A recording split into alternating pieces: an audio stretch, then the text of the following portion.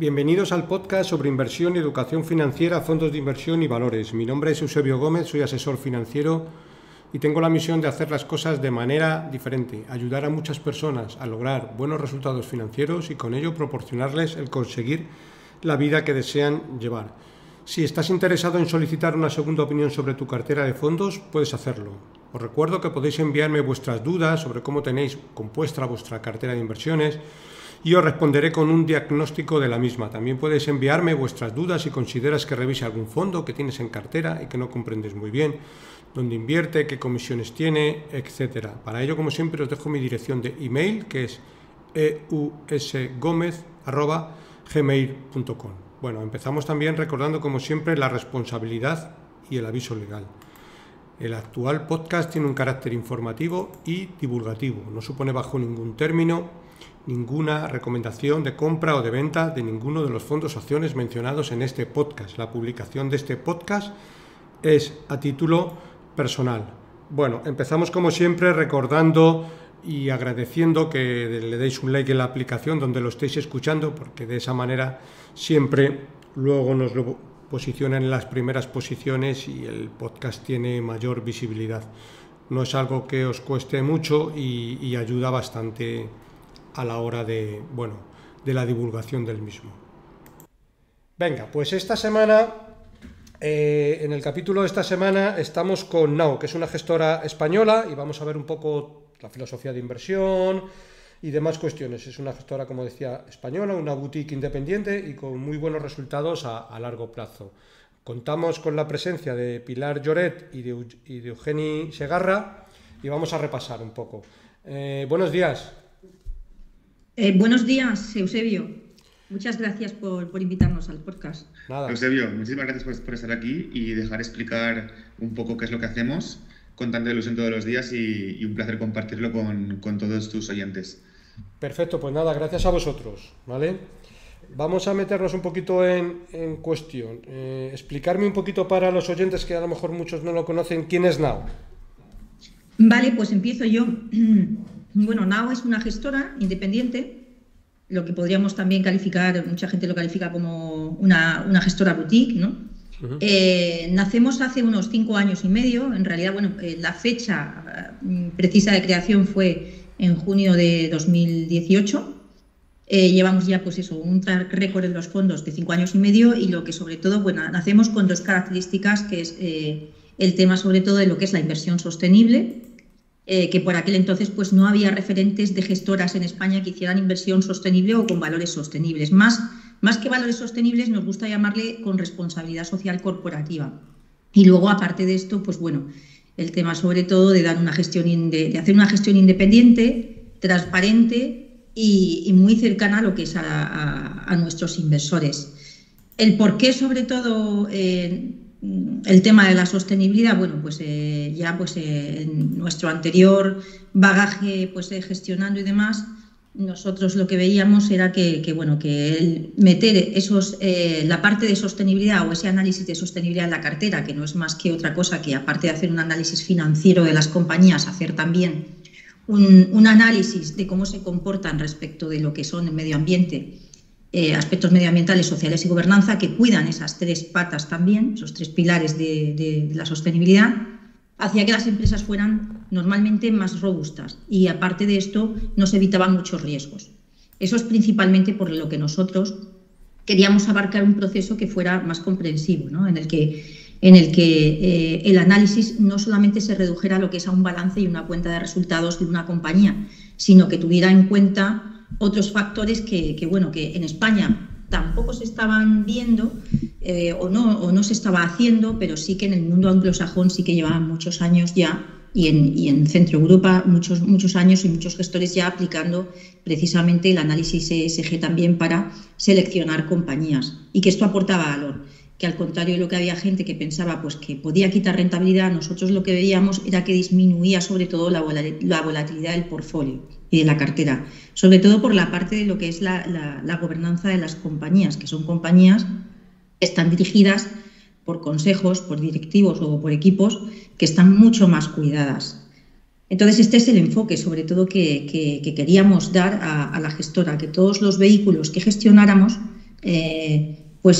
cumplieran con no solamente con un análisis financiero que dijera que la compañía estaba barata o que era una buena inversión, sino que aparte también tuvieran en cuenta todas lo que es las características o los criterios que les pedíamos respecto de medio ambiente, social y gobernanza. Uh-huh. Otra cuestión también aquí, dentro de lo que es nuestro proceso de inversión, o bueno, sobre todo lo que son nuestras características que nos queríamos definir, es sobre todo la alineación también de intereses que hay. ¿Por qué? Pues porque Nao es de una familia valenciana.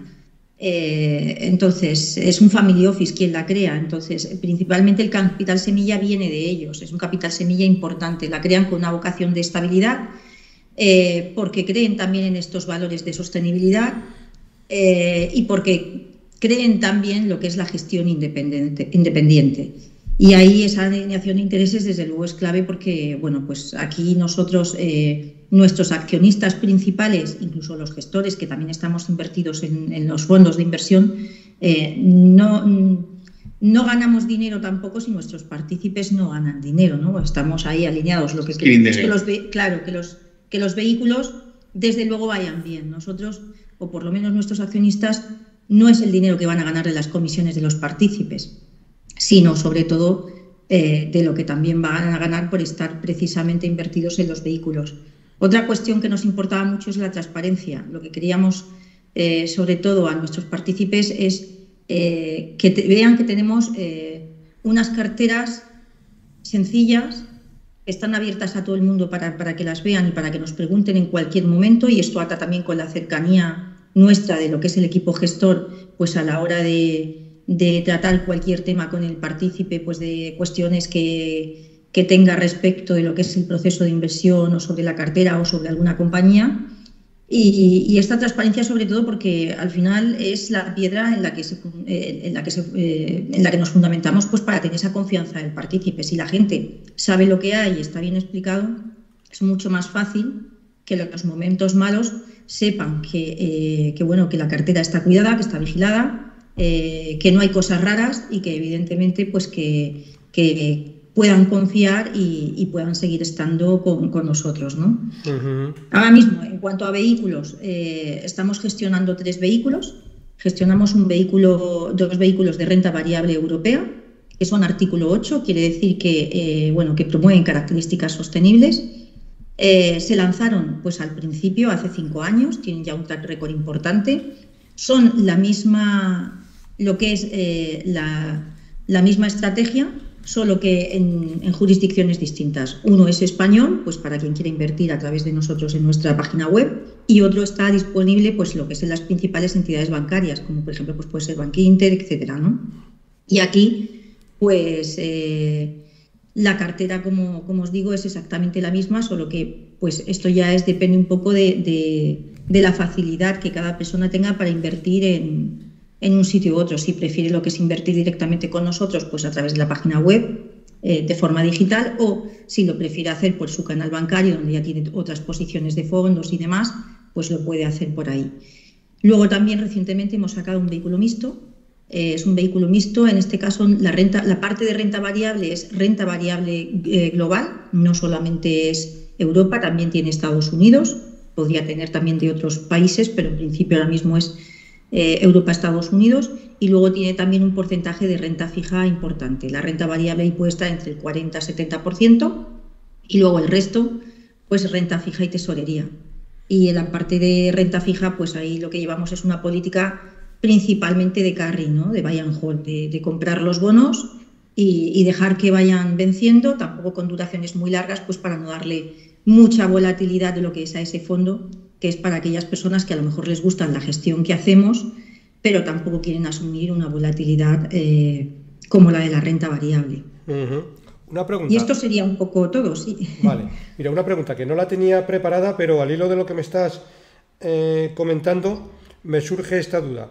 Ya sabía que teníais el vehículo mixto, ¿vale? Sí. Pero yo daba por hecho que el vehículo mixto, digamos, un poquito se componía de las acciones que tenéis en los otros fondos, sí, para componer la parte de renta variable, pero por lo que me dices, digamos que no tienen por qué ser las mismas acciones, correcto. Vale, son muy parecidos. Lo que es en la parte de renta variable sí que lo es. Vale, renta variable europea, perdón, sí que lo es. La única diferencia es que queríamos que fuera más diversificado, ¿sí? que tuviera esa globalidad también, pues porque mucho de lo que son nuestros clientes muchas veces nos han dicho que podían estar interesados para estar más diversificados, y entonces también incluye dentro de lo que es el portfolio de renta variable y de renta fija. También incluye lo que es la otra parte de otros países que no sean Europa. Pero lo que es la parte europea es, bueno, pues es igual, ¿no? Es un clon de los fondos igual. de renta Tenemos variable, las mismas compañías, Inditex, Givaudan, luego hablará mi compañero Jenny de ellas, Legrand, etcétera. La parte que cambiaría sería la parte de asset allocation, evidentemente, de Estados Unidos, que bueno, en Now Europa Responsable, que es el fondo, y Protea Now Responsible Europe, que son los fondos de renta variable, también pueden tener Estados Unidos y otros países. Lo que pasa es que esos otros países fuera de Europa pueden ser el 25%, como mucho, de la cartera. Y ahora mismo tenemos Microsoft. En el caso del fondo mixto, que es Protea 2 Now Patrimonio Global, sí que estamos hablando ya que ahí, pues bueno, tenemos compañías pues como pueden ser P&G, Visa, por ejemplo, también JP Morgan, tenemos Microsoft, que también la tenemos en los fondos de renta variable europea, Google, Alphabet, Salesforce, Waste Management, que es una compañía también estadounidense que se dedica a la gestión de residuos, que la verdad que es una maravilla la compañía en cuanto a fiabilidad de los resultados, etcétera. Pero es la única diferencia. Y luego, bueno, sí, lo que es la pata de renta fija, que evidentemente pues también hace que sea un vehículo más diversificado, pero en general la filosofía es la misma. La parte de renta variable europea, pues si nos gusta en Now, Europa Responsable, nos gusta en Patrimonio Global también, ¿no? Que es este fondo, y solamente sería esa diferencia la que tendría. Vale, perfecto, aclarado. Bueno, pues sí, por seguir abordando un poco más cuestiones, ¿cuál es un poco vuestro proceso de inversión? Es decir, ¿qué os decanta por seleccionar algunas compañías y no otras? Explicárnoslo un poquito. Vale. Nuestro proceso de inversión. En primer lugar, una cuestión que sí que, por aclararla, muchas veces se nos ha encuadrado como gestores value. No, realmente nosotros seríamos más, por así decirlo, una mezcla, ¿no? O sea, nosotros cuando hacemos el análisis no queremos la parte financiera. Ya hemos dicho que el proceso en realidad consta de dos partes: análisis financiero y análisis ESG o ESG, ¿no? Entonces, cualquier compañía que entre en cartera tiene que cumplir ambos. No nos vale una compañía que por ESG sea muy buena, pero que tenga pues una valoración muy alta o sea muy pobre en cuanto a calidad y demás. Entonces, no, tampoco vamos a invertir en esa compañía, ni al contrario, una compañía que podamos considerar que es una compañía que está en muy buen momento, que además está muy barata y tal, pero que no cuide determinados aspectos de responsabilidad social corporativa, no la vamos a incorporar tampoco. Dentro de lo que es el análisis financiero, nosotros aquí ponemos mucho énfasis también en lo que es la situación del sector y lo que son las ventajas competitivas de la compañía. Y esta es la diferencia a lo mejor con el value. Nosotros no buscamos lo más barato. Lo más barato muchas veces, bueno, evidentemente lo más barato es por algo, ¿no? Normalmente, si una compañía nos parece que está muy barata o que el mercado la ha tratado mal en bolsa, es precisamente porque la gente lo que ha visto ha sido problemas que han hecho que caiga la cotización, ¿no? Entonces, eso también lo miramos muy bien, porque a lo mejor puede ser que sea un sector pues que está precisamente en un momento, en una encrucijada, ¿no? En el que va a cambiar mucho y en el que no sabemos cómo van a quedar los distintos jugadores del mercado, ¿no? Las distintas compañías. Y esto puede hacer que muchas veces te encuentres en situaciones que pueden durar años hasta que se desenlacen, y a lo mejor las compañías tampoco van a seguir siendo las mismas, o las ventajas competitivas de las compañías, el poder de precios, etcétera, que tengan, tampoco van a seguir siendo las mismas.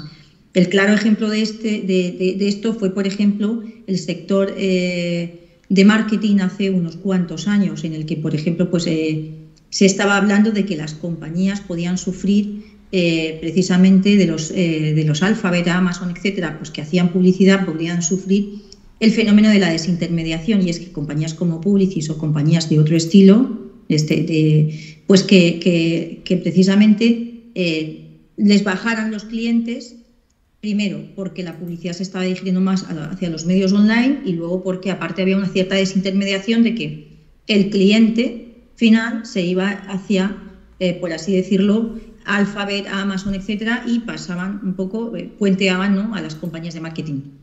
Esto, por ejemplo, pues hizo que algunas de estas compañías tuvieran que reconvertirse también, sobre todo por el tema online, por el tema de lo que es el marketing social y demás. Y aquí, claro, hubo ganadores y perdedores. En este caso, Publicis sí que es una empresa que se posicionó muy bien. En un momento dado sí que vimos que ya la compañía estaba haciendo los deberes y se estaba posicionando bien y además estaba muy barata y sí que nos metimos. Pero no lo hicimos hasta que no vimos que el sector claramente pues no iba a tener un problema. Otro de esos sectores que, por ejemplo, ahora vemos que está en una cierta encrucijada es el tema del automóvil.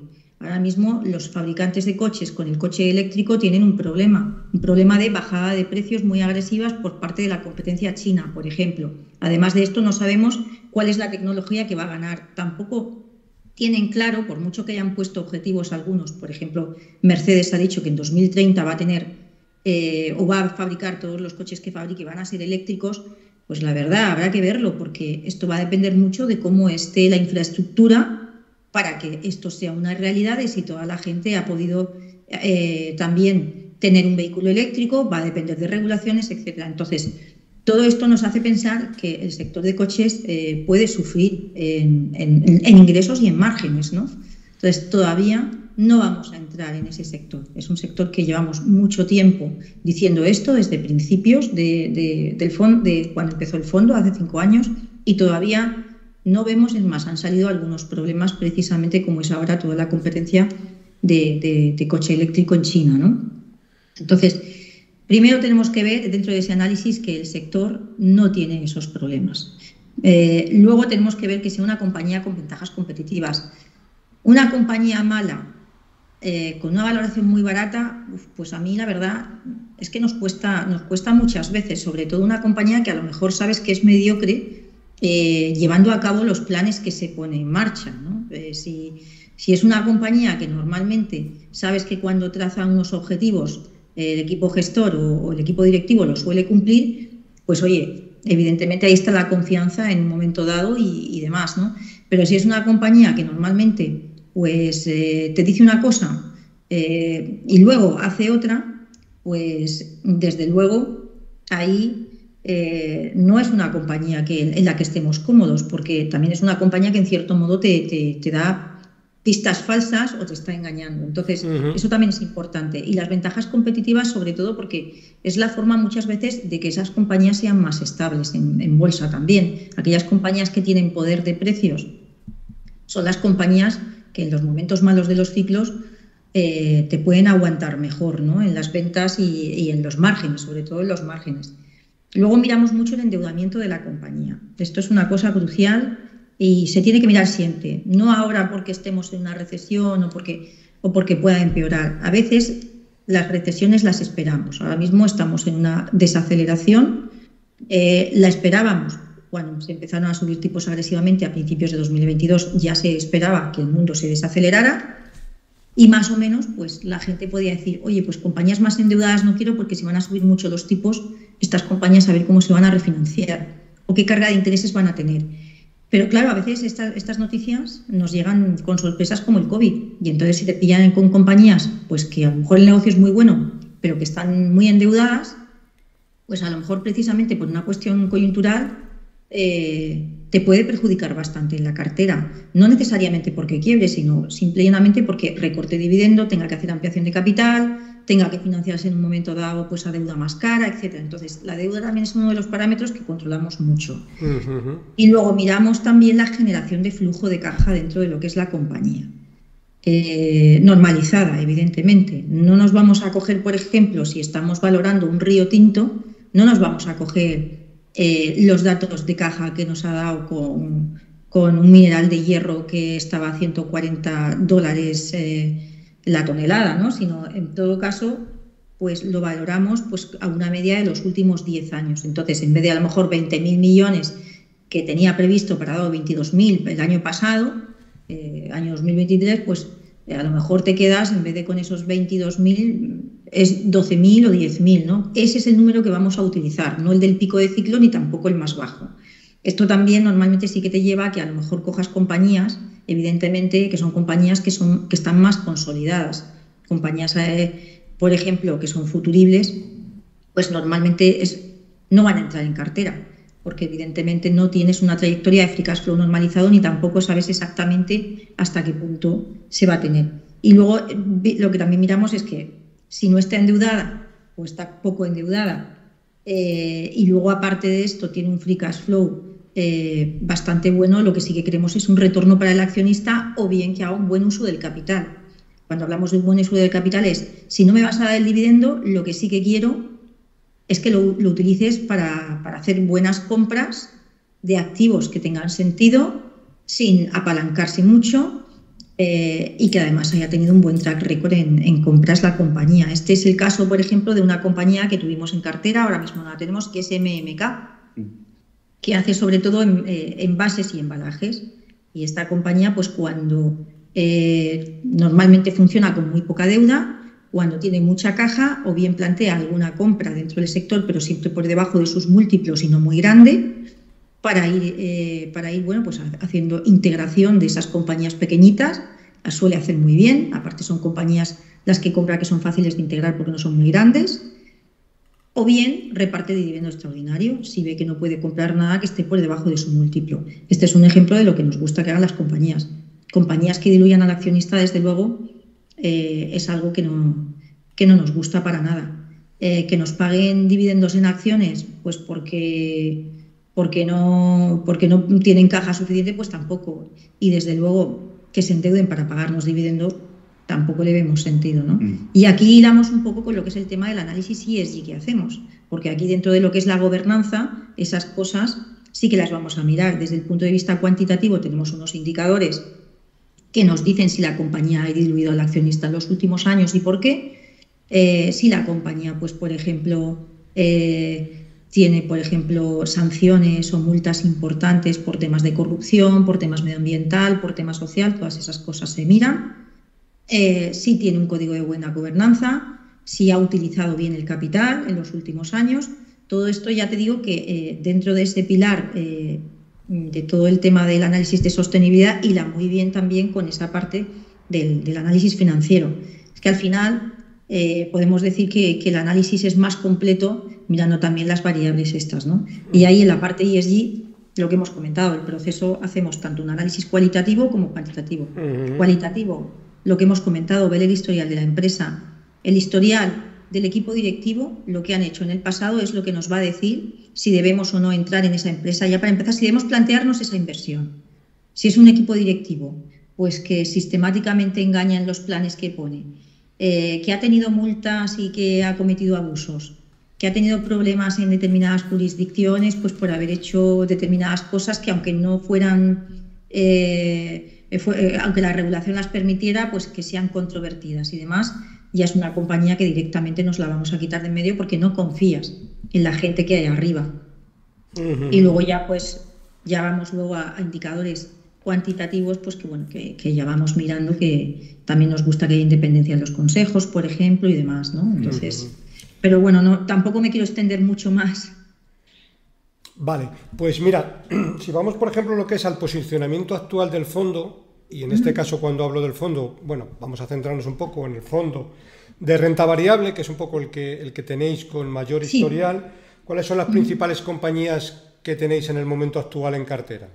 Sí, pues mira, ahora mismo nuestras principales posiciones son Novartis, Alia, ASML, Intesa Sanpaolo e Inditex, serían las 5. Aquí es que al final, pues bueno, buscamos un poco, aparte de las exclusiones que podamos tener, que eso es por supuesto, son líneas rojas, buscamos sectores que estén encuadradas en tendencias seculares de largo plazo y que no estén en unas vías de transformación muy grandes.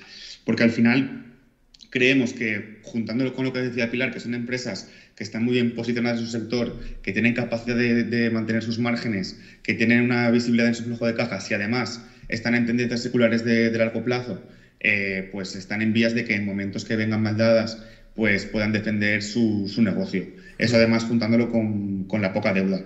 ¿Cuáles serían estos negocios? Que al final es también un poco el por qué estamos así posicionados. Pues bueno, esos sectores sería el sector sin duda de la eficiencia energética, que al final pues aquí lo que tenemos son dos empresas que son Legrand y Schneider, que se dedican a soluciones energéticas, gestión de energía y automatización, y en fin, gestionar el consumo de energía en edificios tanto de infraestructuras como residenciales, para ofrecer un análisis detallado de ese consumo.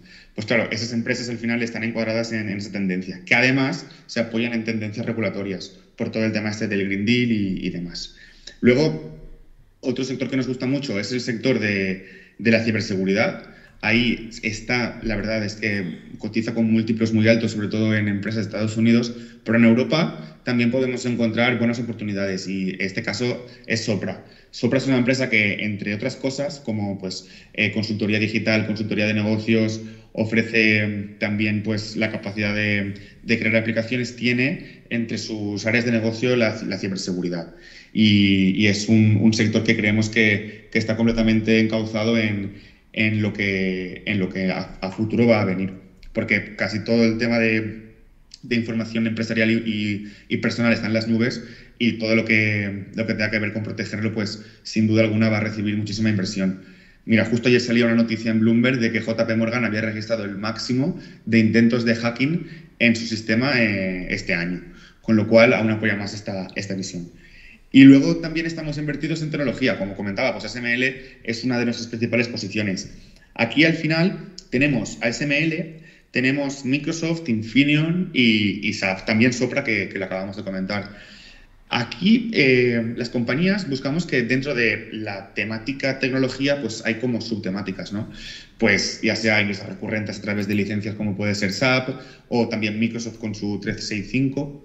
Pero, sin duda alguna, la que ahora está en boca de todos, que es la inteligencia artificial, creemos que todas nuestras compañías, además de tener sus ingresos muy bien diversificados, están bastante bien encuadradas en este tema.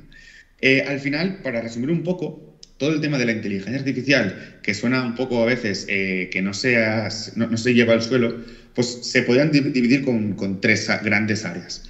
Una primera área sería el hardware necesario para llevar a cabo todo lo que viene a ser el entrenamiento de algoritmos y la puesta en producción.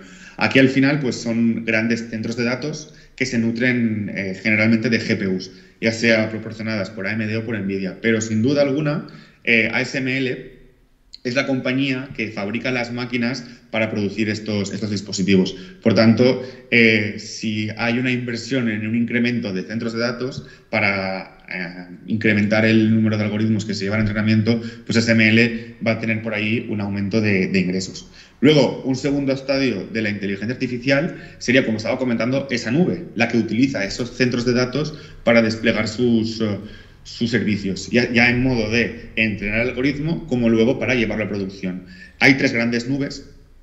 Está Amazon Web Services, Microsoft Azure y la de Google. Nosotros personalmente en el fondo de Nao tenemos Microsoft en cartera, y también en el fondo mixto pues tenemos tanto Microsoft como Google.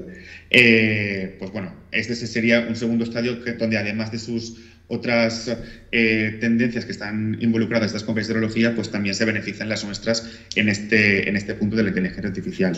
Y un tercer y último estadio de la inteligencia artificial sería ya pues el producto final, donde hay dos vías. El típico chatbot que conocemos actualmente, como puede ser pues ChatGPT, Gemini de Google, o Cloud de Anthropic, o Copilot de Microsoft, pero también, bueno, pues esto sería pues un IA as a service, ¿no? Donde ya pues tendrías todo el uso de los algoritmos entrenados y puestos a disposición de un cliente final. Pero también hay un uso más empresarial y a la hora de eficientar procesos productivos, o incluso de riesgos operacionales. Es el caso de Nestlé, que ha entrenado una red neuronal que detecta sonidos para detectar el momento óptimo de cambiar ciertas de sus instalaciones. Y luego también Roche, que está utilizando la inteligencia artificial, en este caso el reconocimiento de imágenes, para su diagnóstico de enfermedades. Hasta ahora, como se hacía, es en una imagen muy grande, diferentes especialistas detectaban en qué puntos de las células pues, podía haber cierta anomalía. Esto, obviamente, ya con la inteligencia artificial pues se ha ido. Esto sería por esa parte. Y luego también en el sector, pues banca y seguros, sí que es cierto que hemos ido reduciendo peso recientemente. Creemos que es cierto que la parada de subida de tipos y el empezar un poco a remunerar los depósitos, pues hace que el margen neto de intereses se vea contraído. Pero también es cierto que este entorno puede beneficiar a que los activos bajo gestión en los bancos, pues aumenten y vía esas comisiones palien un poco el efecto de esa contracción de los márgenes antes de intereses. Y luego en el sector seguros, pues vemos que ha empezado el 2024 con un fuerte impulso, tienen una muy sólida posición de capital y unas muy buenas perspectivas operativas. Aquí lo que vemos es que en el entorno de propiedad y siniestros, este entorno de precios y de tipos de interés creemos que es muy positivo. Y también vemos, como decía, una recuperación gradual en la gestión de activos para este 2024. Pues bueno, vemos el sector con unos fuertes, sólidos fundamentos operativos, atractivos rendimientos de capital para los accionistas, ya vía dividendo, vía recompra de acciones, y bueno, pues unas posiciones de efectivo muy sólidas. Aquí tenemos peso en Allianz, que ahora mismo es nuestra segunda posición en cartera, y también en AXA, donde vemos que tanto en gestión de activos como en propiedad y siniestros, también en Novida, pues se van a ver muy beneficiados por este entorno. Y este sería un poco nuestro posicionamiento actual. Luego, no sé si me adelanto un poco a alguna pregunta. De todos modos, pues tenemos también empresas tipo nicho que luego, si queréis, pues la podemos comentar, como puede ser el caso de Corticeira o puede ser el caso de ASA Abloy, que ASA Abloy, por cierto, también entraría dentro de la eficiencia energética que estaba comentando antes. Sí, pues coméntanos un poco un par de ejemplos de inversión de compañías que tengáis en cartera. Vale, pues por ejemplo, además de todas las que he comentado, que bueno, pues que yo creo que están muy bien posicionadas para recoger según qué temáticas, tenemos empresas que son un poco pues particulares. Incluso empresas que hemos tenido ahora mismo. Una de estas es Corticeira Morim. Corticeira es una empresa que es de Portugal, sede en Oporto, tiene más de 150 años de historia. Y bueno, pues lo que hace es utilizar el alcornoque para recolectar corcho. El corcho tarda 25 años en poder ser recolectado y luego tiene ventanas de regeneración de 9 años, con lo que muestra, pues sobre todo, la voluntad a largo plazo de la compañía, porque no es un negocio que tú puedas, por mucho que quieras, escalarlo, porque al final los alcornoques nacen donde nacen y bajo unas determinadas condiciones.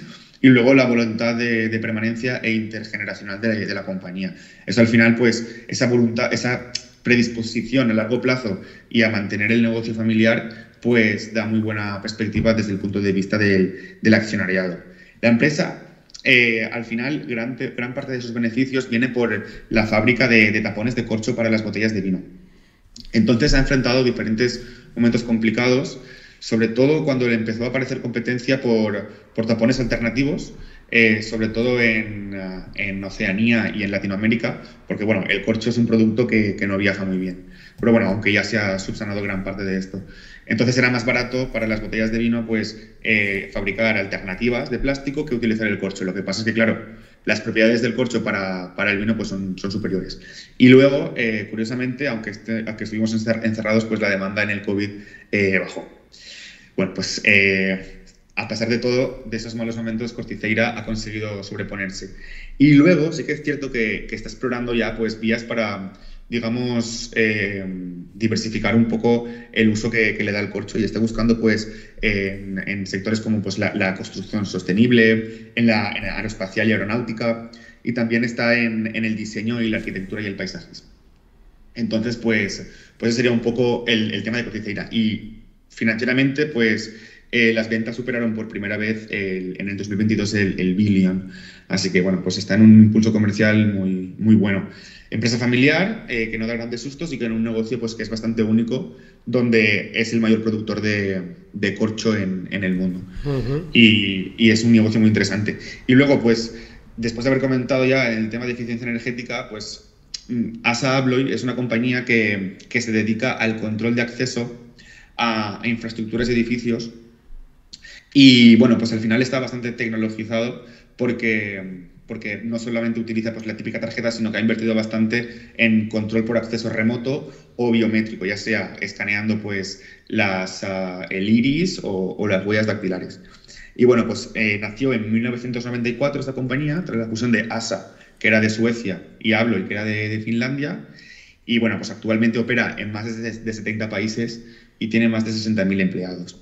Y bueno, pues al final esta compañía es muy interesante, es muy poco conocida también y creemos que entra dentro perfectamente de las empresas que estamos buscando y que pueden ofrecer esa parte de diferenciación en el mercado. Tiene competencia, lo que pasa es que ella es una de los jugadores más grandes. En Suiza hay una compañía que se llama Dormakaba, que también es una compañía muy, muy atractiva, pero nosotros de momento estamos posicionados en ASA Abloy. Una pregunta, vosotros dentro de que tenéis, por lo que me estás comentando, una cartera global, pero aunque tenéis origen en España y sede en Valencia, ¿qué compañías españolas en el momento actual tenéis en cartera, aparte de Inditex? Pues mira, aparte de Inditex tenemos CAF, Construcción y Auxiliar de Ferrocarriles, que es una compañía que personalmente, bueno, a todo el equipo nos gusta mucho. Básicamente se dedica a la fabricación de trenes, a la señalización de vías y al mantenimiento de trenes que fabrica. Eso al final le proporciona ingresos recurrentes. Está en un momentum comercial muy, muy bueno. Creo que la cartera de pedidos ya ha superado los 12 billions, con pedidos desde en Italia hasta en Alemania, también tenía en Israel. Y es una compañía que siempre pues, ha tenido o ha pecado de no explicar muy bien sus resultados. Y eso al final yo creo que ha causado una cierta sensación de que bueno, pues que como que faltaba ese pico de información. Pero es una empresa que, vamos, está dentro de los criterios ESG, puntúa muy bien y tiene un sólido track record de performance comercial y de negocio. ¿Qué le ha pasado a CAF y por qué en 2021-2022 pues tuvo un comportamiento un poco malo? El tema es por el tema de los márgenes. Cuando empezaron a subir los precios de las materias primas y también los costes salariales, pues sufrió mucho, sobre todo en una parte que tiene que se llama Solaris. Y eso impactó bastante en los márgenes.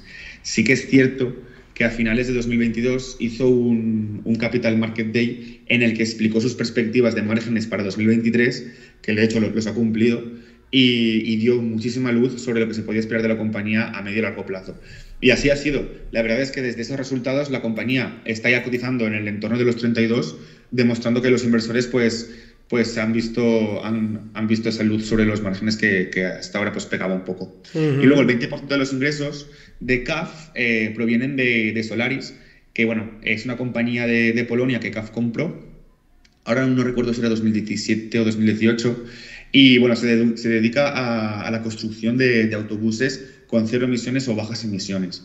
Y bueno, pues al final esto entra también en el tema de la descarbonización de los centros de las ciudades por el tráfico de los vehículos.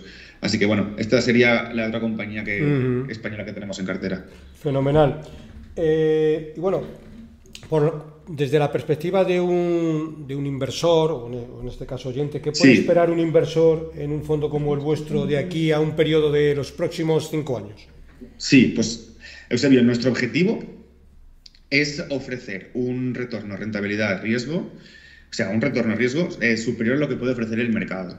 Esto al final es gracias a toda la característica de empresas que solemos incorporar a la cartera. ¿Cómo se ha comportado nuestro fondo hasta ahora? Y es un poco también lo que podría esperar un inversor entre 5 y 7 años. Pues bueno, hasta ahora, y ya sabemos que rendimientos pasados no implican rendimientos futuros, en el pasado nuestro fondo, a nuestra cartera, ha caído menos que el mercado en momentos de caída y hemos acompañado al mercado en momentos de subida. En momentos de subida, como ha sido el año pasado, 2019, pues nos quedamos como un 6-7% por debajo del benchmark. Pero luego, en años de caída, como puede ser el año 2022 o el mismo COVID, pues incluso en el mismo COVID terminamos en positivo, mientras que nuestro índice de referencia terminó en negativo.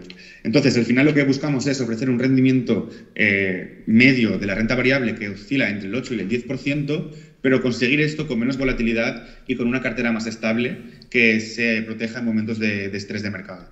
Eso sería lo que un inversor espera, lo que esperaríamos a medio y largo plazo de la cartera. Y luego, años de rentabilidad.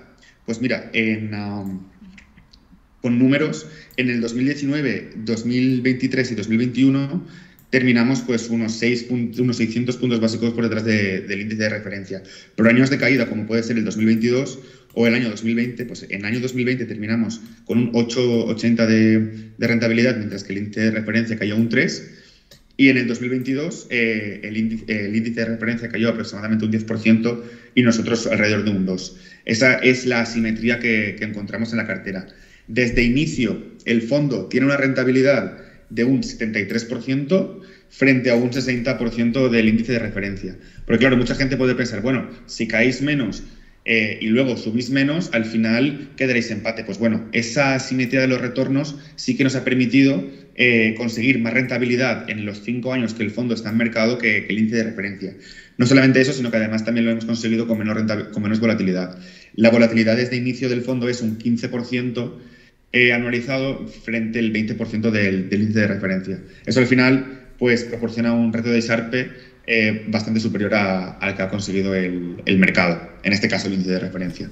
Entonces, pues bueno, tenemos ahora las 5 estrellas Morningstar. Además, en Morningstar, por comentar un poco también en tema de rentabilidad, nos meten con otro índice de referencia, que es el MSCI Europe, que ha sido en peor performance que nuestro propio índice de referencia que nos ponemos. Pues bueno, hemos quedado por encima del índice de referencia de Morningstar, pero también de todos los fondos de nuestra categoría en Morningstar. Pues bueno, estamos muy contentos por esta gestión, porque al final, pues con métricas cuantitativas se reconoce esta manera de llevar a cabo nuestras ideas, con nuestras métricas extrafinancieras o ESG o de responsabilidad social corporativa, que nos permiten ver más allá de los datos financieros, pero también con una manera estricta de seleccionar compañías que tengan poco apalancamiento, que sean capaces de mantener el margen, con un buen historial de retribución al accionista y con una posición dominante en su sector, ya sea para negociar con proveedores o clientes. Pues todo esto al final ha llevado a estos resultados y estamos muy contentos. Vale. Podríamos decir que un inversor a 5 años podría, invirtiendo en vuestros fondos, conseguir una rentabilidad incluso un poquito superior al mercado, pero muchas veces lo más importante, que el inversor, es decir, con pérdidas de capital temporales mucho menores, con lo cual llegar al mismo sitio, pero digamos transitando por una carretera mucho más, vamos a llamar, tranquila o estable. Sí, correcto. De hecho, a lo mejor por mi discurso se desprende que somos un fondo más defensivo, pero la realidad es que hemos conseguido mayor rentabilidad que el índice de referencia. Eso no significa que en un futuro vaya a ser así, porque nadie lo sabe, pero sí que es cierto que estamos trabajando en conseguir ese perfil de rendimientos en el mercado. Sí, yo aquí simplemente apuntar precisamente esto, que en el largo plazo, precisamente lo que es esa calidad de compañías, ese menor endeudamiento y demás, ha pagado por encima del índice. No solamente ha tenido una mejor rentabilidad riesgo, sino que además ha estado por encima del índice pues en un 12% en estos 5 años, que además han sido años pues complicados, ¿no? Entonces, no necesariamente por estar en compañías más tranquilas podemos pensar que el retorno vaya a ser peor, ¿no? En este caso, desde luego, ya te digo, normalmente nosotros no somos un fondo que solo mire la rentabilidad, sino que miramos lo que es el binomio rentabilidad-riesgo, sobre todo. Pero en este caso es que además la rentabilidad también ha sido superior en el tiempo que lleva, desde inicio ha sido superior a la del benchmark. Y ha sido superior, como ha comentado también Eugeni, en el tema de Morningstar. Desde luego ha estado bastante por encima de lo que es la categoría, de lo que es la media de los fondos de su categoría. Y por encima del MSCI Europe también, ¿no? de este índice. Entonces, con menos volatilidad, que es lo que también nosotros queremos remarcar, ¿no? Que tiene que haber una preservación también del capital y demás. Fenomenal. Sí. Y en el momento actual, ¿cómo tenéis, aunque ya sabemos que es un fondo global, pero bueno, para que también el oyente se haga un poco a la idea, ¿cómo tenéis posicionado el fondo por países? ¿Cuáles son los países, digamos, que más... Pues mira, por países tenemos actualmente, o sea, esto es fruto del stock picking y no fruto de un posicionamiento, digamos, top-down, de que decidamos entrar en ciertas geografías, sino todo lo contrario. Actualmente nuestro principal exposición geográfica es Francia con un 22%, luego tenemos Suiza y Alemania con un 16 y 11% respectivamente, y luego en Países Bajos tenemos un 8%. Pues eso sería un poco el posicionamiento. La verdad es que puede variar bastante si... Bueno, todo se ha dicho, somos un fondo que rotamos muy poco la cartera y que somos un fondo tranquilo en ese aspecto. Pero sí que es cierto que en determinados momentos pues podemos tener más exposición a Francia, en otros momentos pues a Suiza, y depende un poco de qué compañías, en qué momento querramos estar. Aunque, como he dicho, nuestro posicionamiento geográfico ahora mismo es este. Perfecto, fenomenal. Pues yo creo que con esto más o menos tenemos un poquito repasado el fondo, en fin, la estrategia, etcétera. Si consideráis alguna cuestión adicional que sea de aporte, pues como dice el refrán, habla ahora o calla para siempre. Entonces, bueno, a mí sí que me gustaría remarcar también pues el tema de la deuda, porque yo creo que el tema de la deuda muchas veces cuando las cosas van bien pues se subestima. Pero yo creo que el tema de la deuda es una cosa que en el momento en que hay un susto lo agradeces. Y tener empresas poco endeudadas, sí que es cierto que cuando el mercado empieza a tener un rally, pues porque los tipos empiezan a bajar y obviamente esas empresas pues van a tener menos, digamos, presión en sus cuentas de resultados, pues bueno, te quedas un poco atrás en ese tipo de compañías. Pero es que no es lo que buscamos. Y tener empresas poco endeudadas, al final, yo creo que es garantía de quitarte de encima muchísimos problemas. Actualmente, el ratio deuda neta EBITDA ponderado de la cartera está alrededor de 0,74, lo que demuestra lo poco endeudado y la calidad de los balances que tenemos en nuestras compañías. Y esto al final se agradece en momentos en que, pues por lo que sea, se alargan más las subidas de tipos o hay un susto en la inflación y los bancos centrales tienen que operar de una manera más hawkish, pues ese perfil se agradece. Y luego también me gustaría comentar que dentro de nuestros modelos de valoración tenemos el Free Cash Flow Yield que ha comentado Pilar, pero tenemos también otros que miran ya no solamente la caja, sino también los beneficios. Y aquí miramos uno que se llama el Residual Earnings, que lo que mide es el crecimiento de los beneficios pero por encima de un umbral. Ese umbral es su coste de capital. Entonces, empresas que recurrentemente son capaces de hacer crecer sus beneficios por encima de este umbral son empresas que sus inversiones, su CAPEX, se ve reconocido con ese crecimiento y no están malgastando su caja. Eso, junto al análisis del Free Cash Flow Yield de la caja, da una visión mucho más holística de la compañía. Entonces, pues, esto sí que nos permite ver, entre otros, a qué crecimiento implícito está cotizando esa compañía en el mercado y conseguir buenos negocios a precios razonables, que es un poco nuestro lema.